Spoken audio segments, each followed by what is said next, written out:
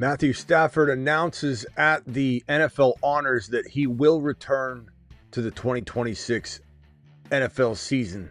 He will not be stepping away or retiring, and he has no plans of playing for any other team.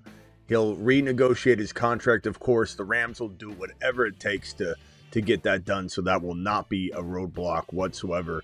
But Stafford announces he will be returning to football for another season with the Rams, specifically said with the Rams. Great news for Puka Nacua. Great news for Adams, if you still believe. Great news for Kyron and Corum and the boys, and great news for Stafford, as Stafford had a quarterback 1, 2, or 3 overall fantasy football season, depending on your scoring format. The Fantasy Football Show. Also, by the way, I forgot to tell you that he won NFL MVP. That show begins right now. File on in. You're watching a Graveyard Stream. Live from the FantasyFootballShow.com studios. It's the Fantasy Football Show. Live!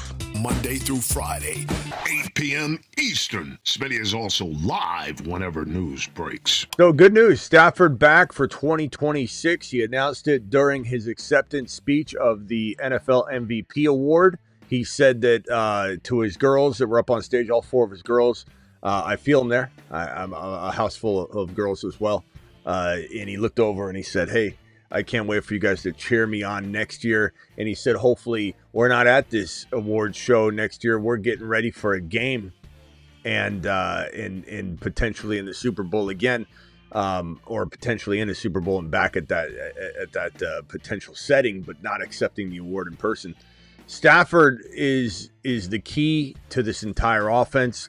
We've talked about Puka Nacua's volatility as a fantasy football dynasty asset, and that still is in play. Never really were we too concerned. There was about a 10 to 20% feeling chance that there could be some questions about Stafford returning. And we just needed to hear the all go full send Stafford returning for 2026 before we could lock away the discussion for another year and say, Puka Nacua, without Stafford, what's he become? So from a dynasty perspective, there's still questions that you don't have to address this year. You could trade him at the end of the year if you were concerned about that next year. You could trade him mid-season. You could just ride it out and say, you know what, he'll be fine with whatever quarterback gets brought in. But there is at some point you need to have a dynasty conversation about what this often injured player plays harder than anybody in the league. Doesn't have Stafford, eventually what happens to him. But right now, that's not a concern. 2026, Puka Nacua, as I've mentioned, even on that live stream where we talk about those dynasty concerns, might be my number 1, number 2, or number 3 overall player in 2026. So Puka Nacua to the moon in 2026. Puka Nacua easily worth the number 1 overall pick in 2026. Dynasty is just a different conversation, a different monster, but we don't need to dig into too much of that right now. We're here to celebrate Matthew Stafford. Now, I will say Davante Adams is a big avoid for me in 2026 unless his ADP falls dramatically. This guy brought in not even 800 yards, something you might not even know, just off the top of your head. How many yards did Davante Adams have? I don't know, 900,000, something like that. I know he had a ton of touchdowns, right, Smitty? You might not know. He had 789 yards. Didn't even get to 800 yards. 14 touchdowns, led the league in receiving touchdowns, but I don't know that I can count on that again because as I watched the season progress, even in the playoffs, he was kind of just irrelevant until the right touchdown opportunity came his way or the right big catch. But I definitely feel like he's dropping off, which will only help Puka Nacua make sure he grabs a little bit more hold of the volume share. And, there's concern about Stafford repeating, and does his back cause him problems? He's not going to have surgery on the bulging disc, but the bulging disc is just one of his 2 back issues. He has 2 separate things going on. He has definitely an overall back structural problem that will get worse over time.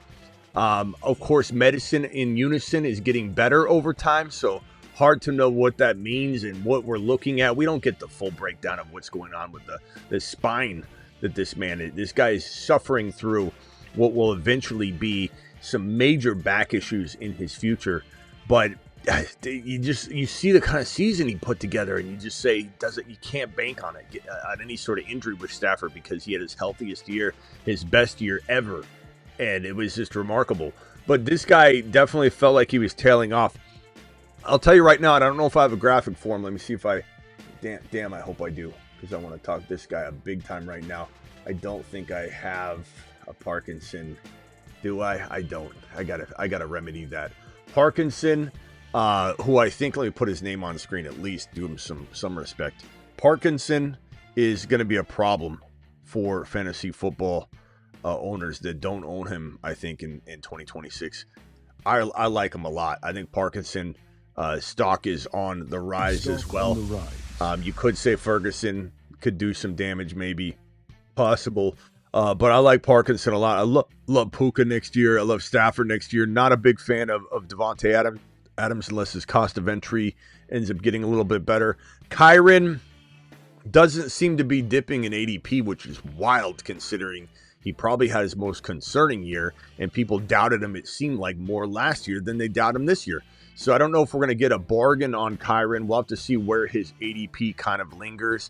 Corum, obviously, is also a very solid potential fantasy football asset. But the one thing you can count on is that if Kyren doesn't fall dramatically in ADP, then Corum won't rise dramatically in ADP. So he'll still be a pretty decent bargain. I'll probably draft Corum a lot more this year than I did last year. I'll probably stay away from Kyren a little bit more this year than last year, but I'll still have some shares. I still love Kyren. Kyren's capable of having 14 rushing touchdowns, like Devontae Adams had 14 receiving touchdowns, even on a 900-yard season. So there could be one of those, he finishes 12 overall for running backs and doesn't get the volume that we think he could have got, and he still somehow manages to have the touchdowns. So a very, very crafty running back still. I'm still going to own plenty of Kyren shares. It just might be a little less than normal because it does feel like there's more of a divide heading into this upcoming season than last season. But Puka Nacua to the moon, Devontae Adams concern, Parkinson to the moon, Stafford to the moon. Pretty awesome news to get this. And I told you guys last time we talked about this just the other day, that Stafford would not make this an Aaron Rodgers drag down situation. He'd tell us very, very quickly. And what did Stafford do? Tells us during his NFL MVP announcement speech, which is, I couldn't think of another way to kick off this information, let us know what's up, and not, drag this out. So thank God Stafford doesn't approach things like A-Rod. I knew we'd know soon. We know now. So Stafford, thank you very much for letting us know. Let's cook one more year. Let him cook.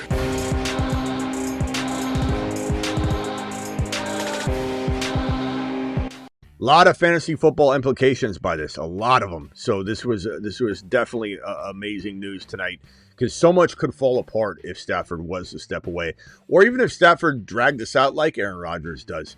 We'd have definitely some unknowns, some question marks. What's the value? The value is going to bounce all around the play, all over the ADPs. And so it's very nice to know that we have what we have in front of us, and we don't have to worry about this. So I know some of you are going to be upset over the awards, but look, I mean, honest truth is all those guys deserve to win that award. McCaffrey, you could say McCaffrey got robbed just as much as anybody else. It is what it is. But Stafford, do I think Stafford or CMC were the most deserving of the award? I do. I think that those two, I know some people are going to make some complaints and gripes over Josh Allen being involved, but look, Josh Allen carried his team on his back.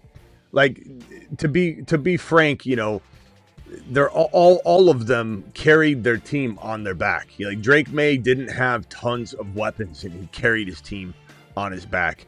Josh Allen has really almost nothing to work with every year, and he carried his team on his back. Christian McCaffrey carried the entire Niner organization, not just the team, on his back, while working out in the power plant. So they're all so worthy of this consideration. So I don't think anybody got screwed. I just think it's always going to piss people off when their guy doesn't win. That's just natural. But Stafford certainly deserved the consideration as much as anybody. He had the most incredible year and was QB1 in fantasy in 6-point per TD league. So I think he deserves to be in the conversation. And it was this unbelievable season just all around. The way that the Rams played, how good they were.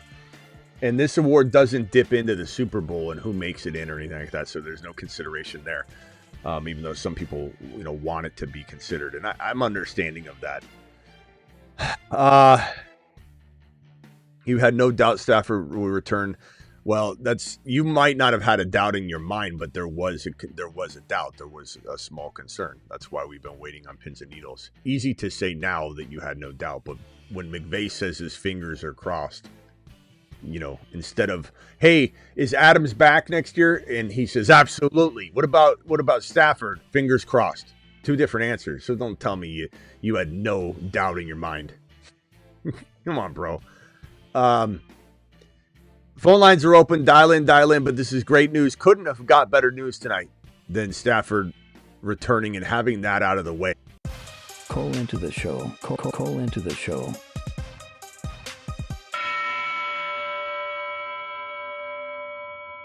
The last thing we needed was some sort of, song and dance, about that. So unbelievable news. Unbelievable news. Phone lines are open if anybody would like to dial in and discuss this situation on any level. You want to call in and complain about the NFL honors decisions too. I'm fine with that. I mean, look, everyone's going to want their guy to have won this. I get it. It's the way it is. But Stafford takes it home and gives us the announcement all in the same, at the same time, which is fantastic. Great news.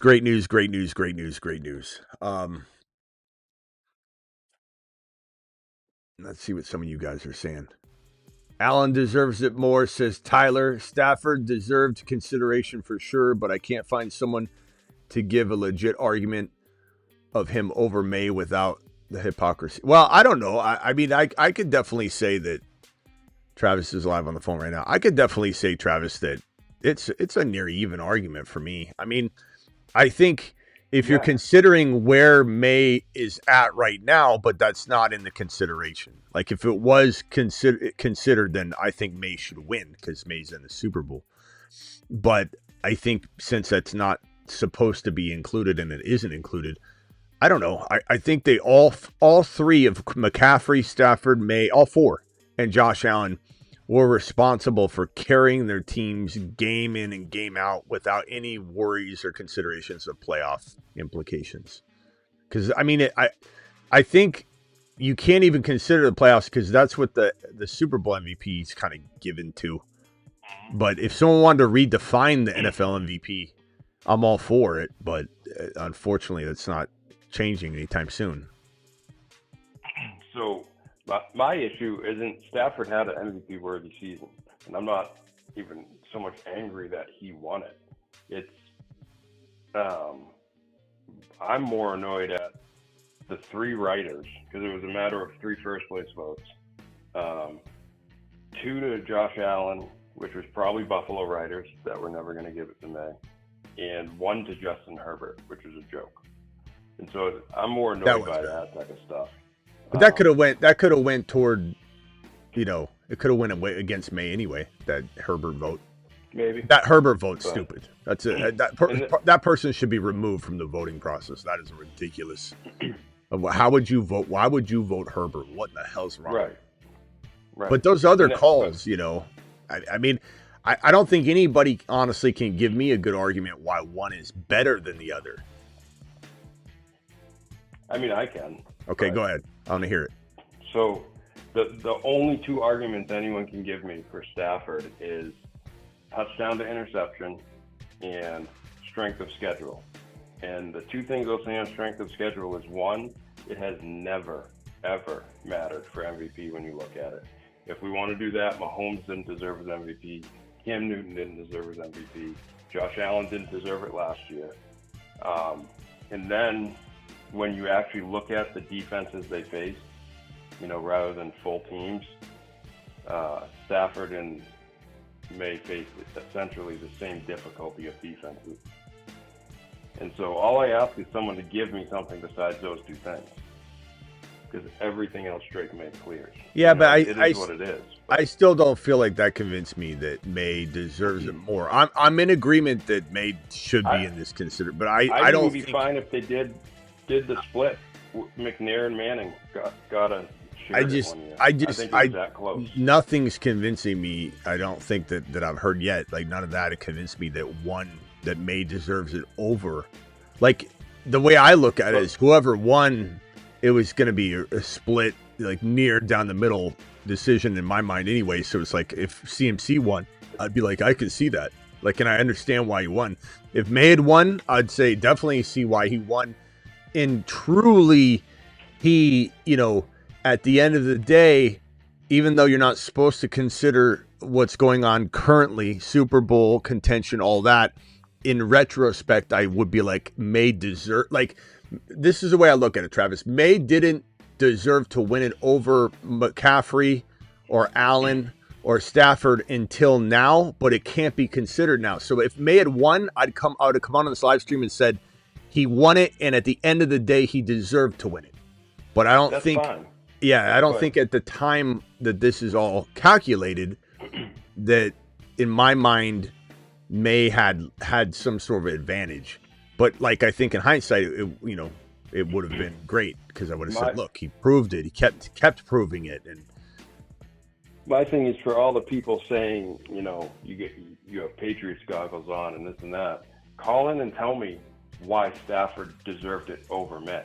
And, you can give me a touchdown interception, but, I can turn right around and say, what if May had the weapons and played inside all year like Stafford? But at the same time, I don't think anybody, including the argument you gave me, is convincing me on the other side that May deserved it over Stafford. Like the way I look at it is, I don't really necessarily, but I don't necessarily need to have any numbers. They don't always dictate it. Like if I'm sitting here going, who was the most valuable player to their team?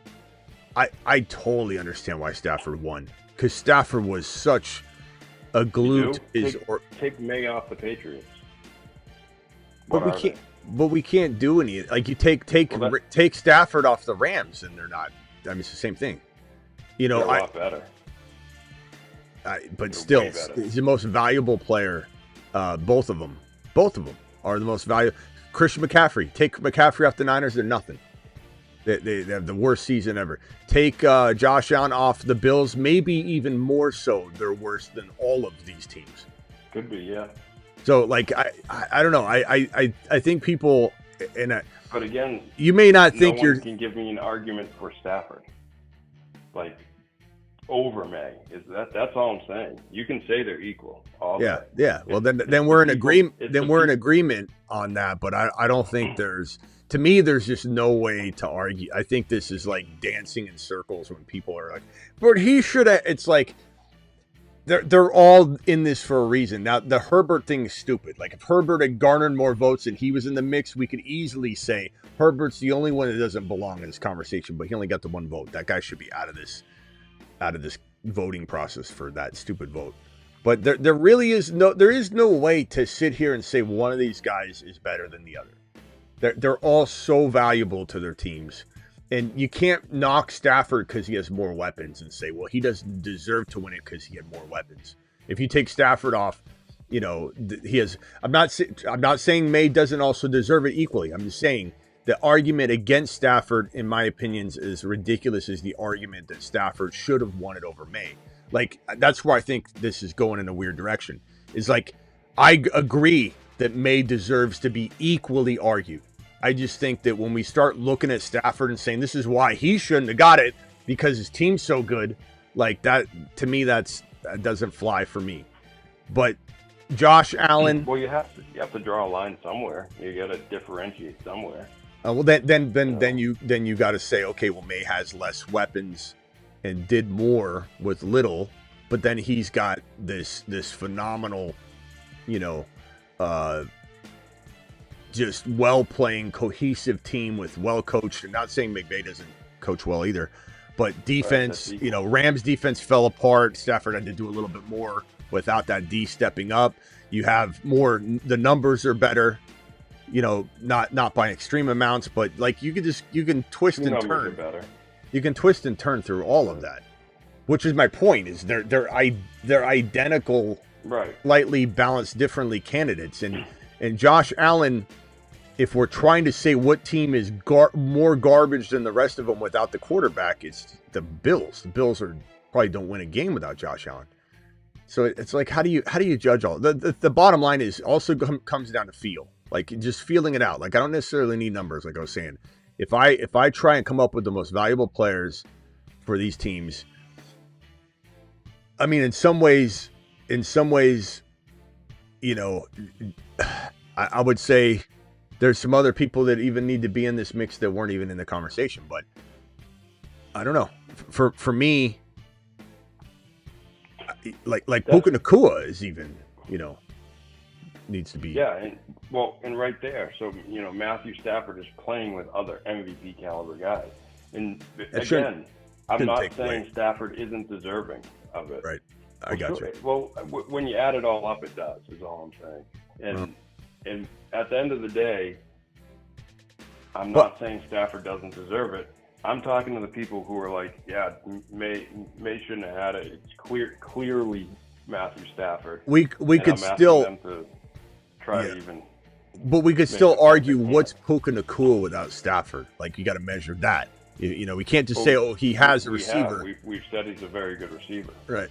But Stafford elevates him. But he's damn, better than anyone on the Patriots. But damn, if that doesn't prove how good Stafford is, because Puka Nacua is playing on a level that he shouldn't be touching, even though he's amazing.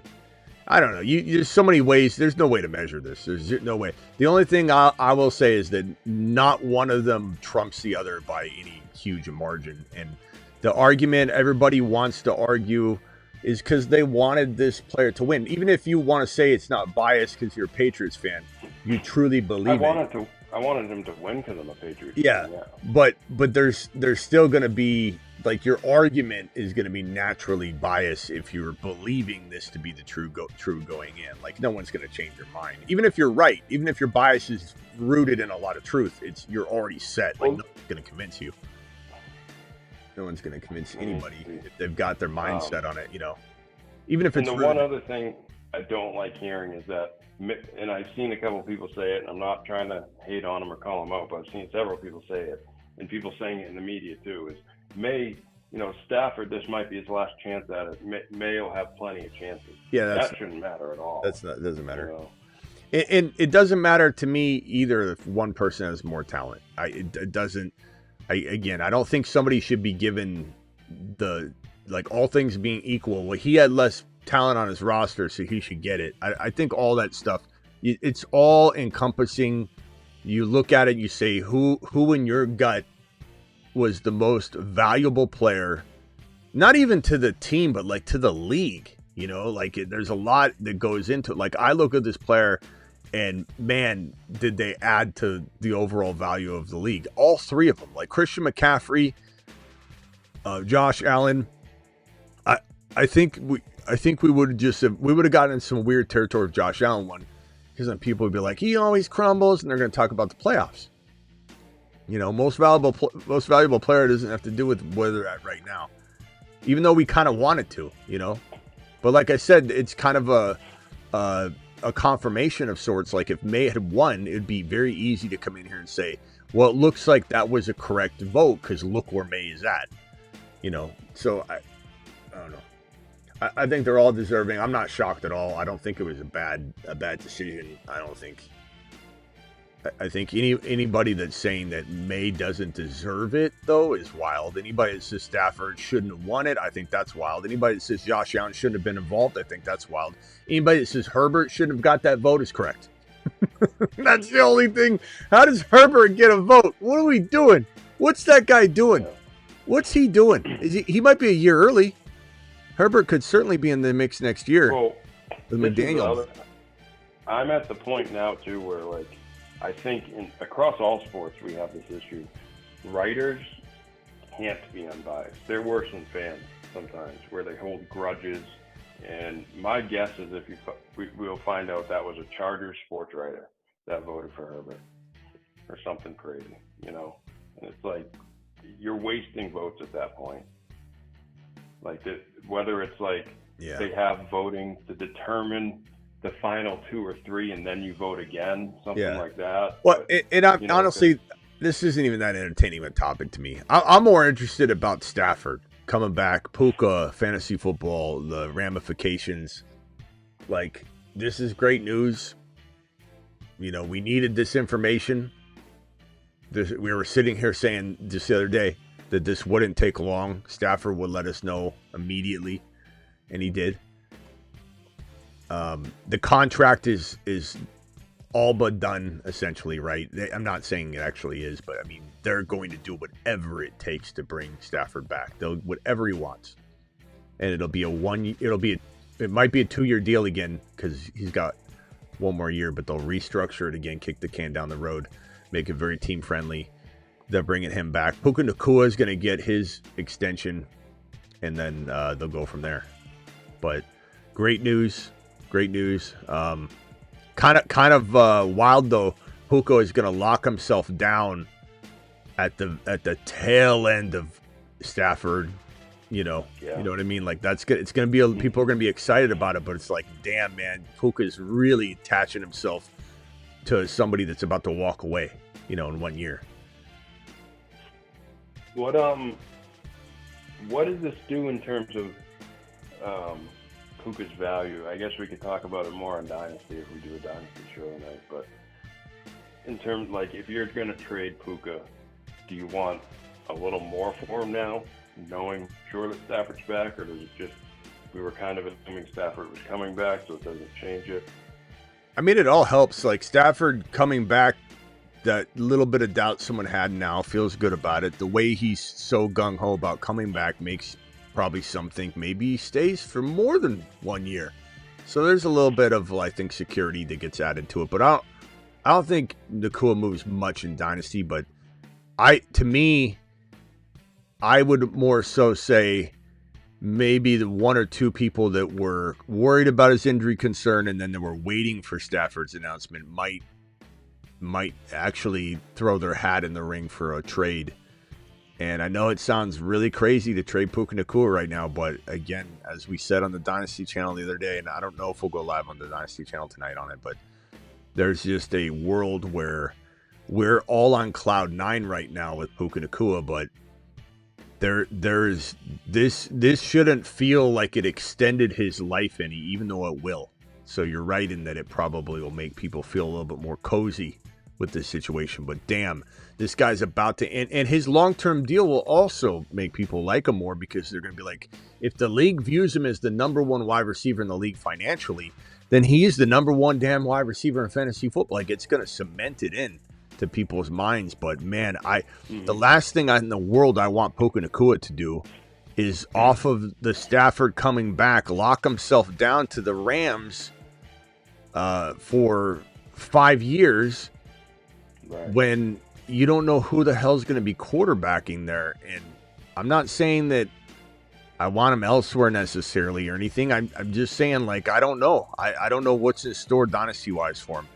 And it's very easy to act like Stafford's going to repeat, but we don't know. He's a year older. His back, he escaped injury. And you got to remember, he has a bulging disc. Season. Yeah, it's his best season ever. He's got a bulging disc that will require much rest to heal without surgery. So he's going to get in the same situation and predicament he was last year, where he's got a little time to get back into shape. And his back will be weaker because of that, his overall back strength, which is the greater problem that people think is all about the disc. It's not about the disc. The disc is something small in the grand scheme. So there's some risk that Stafford doesn't repeat this year. There's some risk to it, but I don't know. I'm not saying I'm banking or betting against Stafford having a great season. I'd bet against him being the QB1. I wouldn't bet against him being a top 5 QB again necessarily. Yeah, though. I'm on board with that thinking. But then it's like Puka's wide receiver 1 in 2026, wide receiver 2, wide receiver 3 for sure. For sure. But then what happens? What happens when Stafford's gone? And we'll have a lot of people, no offense, not trying to call out your thinking, but this is the same thing that people said about JJ, is Puka will be schemed open and do well regardless. He will do well regardless. He won't be Puka Nacua, number one wide receiver, without Stafford. I can promise you that. You can scheme him open all you want, but he's not producing Matthew Stafford-driven numbers without Matthew Stafford. There's a reason Cooper Kupp and Puka Nacua followed each other without a missed beat at all. It was Cooper Kupp, he's falling off. Puka Nacua take over, take the baton. He's exactly the same as Cooper Kupp. How does that happen? Matthew Stafford. You think that they got lucky and they happened to have Cooper Kupp and Puka Nacua, the exact talents that they show to be right now? You think that that's just they just drafted great? You're probably the same person that thinks Green Bay did that year after year after year. How do you go from Jordy Nelson and Randall Cobb and Devontae Adams? How do they just replace one immediately after the other? You think it's Green Bay was so good at drafting wide receivers? If you believe that Puka Nacua and Kupp just happened to line up like that, and all of the Green Bay wide receivers happen to line up, you've got a blindfold on and you're watching ball. Because there's a lot more to it than that, and Stafford is a big component of that. Not to say that when Nacua loses him that he loses his, capabilities. He's earned those capabilities. He's become this player. But Stafford is about 70% responsible for Puka Nacua's development. The guy that is in front of you right now, Puka Nacua, would not be a top 5 wide receiver in the league, not even a top 10 wide receiver in the league, if he landed on any other roster. You might not even know his name. Doesn't mean he doesn't deserve where he's at now. Tom Brady, you wouldn't know Tom Brady's name if he didn't get drafted to the New England Patriots. Doesn't mean he didn't earn what he got. But Puka Nacua, you would not know who and even if you knew who he was, he wouldn't be a top 10 wide receiver. It wouldn't even be close. He developed very good. He retained it. He absorbed it. He became it. But that's how it was developed. Puka for Jetta's Lad in a 1.6. It's pretty good. I will probably say this, Daniel. If you're in a win now mode, you probably keep Puka because he's going to win you a championship. But that is not a bad haul, but it could take you backward for a year. If you're in a win now mode, you always want to try and win. You don't ever want to try and rebuild or play for future years when you can win now. So if you're not in win now mode, that's definitely a trade to consider. That's a lot of value. And I do believe JJ will return to the number 3 or 2 number 1. He was the one the other night. He just reminded me in the chat that we got Lad. That Lad instead of JCM. I like that. That's a nice addition. If you can't win, do it. But if you can win, I don't know, you might just make the guy overpay even more because it sounds like he's willing to do whatever. But damn, JJ and Dynasty's going to return, bro. He's going to return. Yeah, that's great, swapping Bill out for Lad. You people are doomed next year. Who are you talking about? You people who? Who are you even? Do you think you're on a Rams podcast or something like this? He's a Rams fan and he's going off on the Patriots. Do you think you're on a New England? Do you think you're on a New England Patriot podcast or something? I don't understand what you're talking about. I think it's aimed at me, me and a couple. Why don't you enjoy the show, bro? Enjoy the show. The show's not about The show's not about Stafford or. We moved on. We did that for 5 minutes. Broncos was the top tier. Shane, I don't know what you're trying to refer to there. Let me go over to Rumble, see what my Rumblers are doing over on Rumble. I got Aldi over on Rumble. I got Landman in the building. Stafford's back. Let's roll. We've got Landman saying buying Stafford 12. He has 4 daughters. 4 daughters. Definitely needs. He doesn't need anything. He's the highest paid quarterback in NFL history. What's up, Rumbles? What's up, Hag? Appreciate you. Aldi in the building. Landman, Rumblers unite. We got 2.2K over on Rumble. We grew over 200 people since. Yeah. Yep. It's crazy, man. Rumble's booming. Phone lines are open. Dial in, guys. Call into the show. Call into the show. I watched the clips at least. I don't know what you guys are. Stop. He can't let it go either. Yeah. Earlier, I said two of the 6 fumbles were May's fault. He wants me to say 3 of the 6. Okay, 3 of the 6 were May's fault. You win, Rams. There you go. Rams, let me just stop you there and say, like, the fact that you're even arguing against Drake May is embarrassing. So just stop. You want to argue in favor of Stafford or say Stafford deserves it too. You're correct. You would be correct there. I'd tell you you're correct. But, like, trying to argue against Stafford is embarrassing. So stop. Just like arguing against, arguing against May is embarrassing. Just like arguing against Stafford's embarrassing. Just like arguing against Josh Allen, honestly, is embarrassing to me. So just let it go, bro. You like Stafford won and it's fine. Did May deserve consideration? Yes, he did, bro. He did, whether you want to admit it or not. Plain and simple. Where are we taking Stafford in Superflex Dynasty or Redraft? Frazier, you got to specify. I'd probably say in Redraft, he's going... I mean, he was going so late on Underdog, but I think it's because people were kind of waiting. I think now he climbs on Underdog ADP probably a good round or round and a half. Probably goes around QB 6-7. Which is still a pretty good deal considering he's number 1. But I think everybody knows he probably doesn't return to number 1 status. But that's a great value, you know. I drafted him the other night with Mahomes. I took Stafford and Mahomes. And it took them both. I think it... Wasn't it like round 10 and 9 or 10 and 11? Yeah. So Stafford fell to... I imagine he'll go 6... I guess 6 or 7, Stafford. But he went in 10. In this last draft, but I think some of that was to do with people not wanting to do him a fantasy football draft, early on. In Superflex, he probably goes just same round, but pick. So if he's going around 6-7, he probably goes 6 or 7 overall. I don't know, 8, 9, 10. I don't know. Maybe not 6-7. Maybe 8, 9, 10, something like that.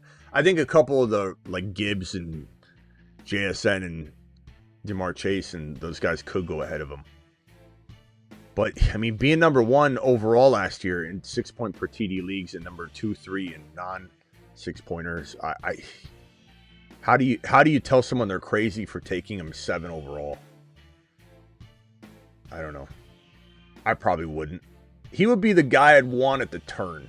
Like if I'm going to go Chase or JSN or Puka, right? I'm going to go wide receiver instead of going to quarterback because the top 5 guys went. And I'm trying to grab one of those wide receivers or Gibbs or Bijan and then accompany that player with the quarterback at the top of 2. And I'm hoping Stafford falls. That's where I'd hope to get him, but I don't know if he will in Superflex. Kind of hard to say. Stafford returning eases concerns, but I agree. Trade Puka for a haul, says Matt. Fit run. Appreciate you. Appreciate my Rumblers. Day 1 Rumblers. Yeah, I'm gonna do some sort of like Rumble, the original 20 or something. Put you guys on a list somewhere. I don't know how long we'll be here tonight just to kind of announcing this news. I mean, this is a 40-minute show already, but anything else on your mind, Travis, besides that whole argument? Yeah, just so like in terms of Puka, if you are trading him, just to kind of just quick recap what we were talking about the other night, ideally you want someone like a JJ or someone who could possibly be a top 5 wide receiver potentially, and another piece on top of it, like a very good piece, right? Or just the right like pick, so it could just be 2. If someone gave me that 1.2 or something, I guess I could consider it. But I think, yeah, if I'm trading Puka in Dynasty, I want JJ. I want I mean, I could come up with a lower wide receiver, and then like if someone gave me Someone gave me the 1.1 Jeremiah Love, and they could still give me a. Let's see, wide receiver wise. If you had Jeremiah Love, I was okay. So you take Pickens with Jeremiah Love. Yeah. What about Olave? Is that not enough? If I could win now, I'd just keep Puka. If I can't win now, I think I'd still try and get more, but I would head in that direction, I guess. Okay. I don't know. Olave is somebody I love in redraft, but I still don't know if I'm fully committed to hitching my wagon to him in a dynasty because of his concussion concerns. So maybe I would stray a little bit away from that. What about Ted McMillan? I need a lot more at the 1.1, I think. Okay. I I know people's values of Ted, are wildly different. There are people who see him as like a top 5 guy. This would be intriguing. I don't. But London and Jeremiah Love, that would be awesome.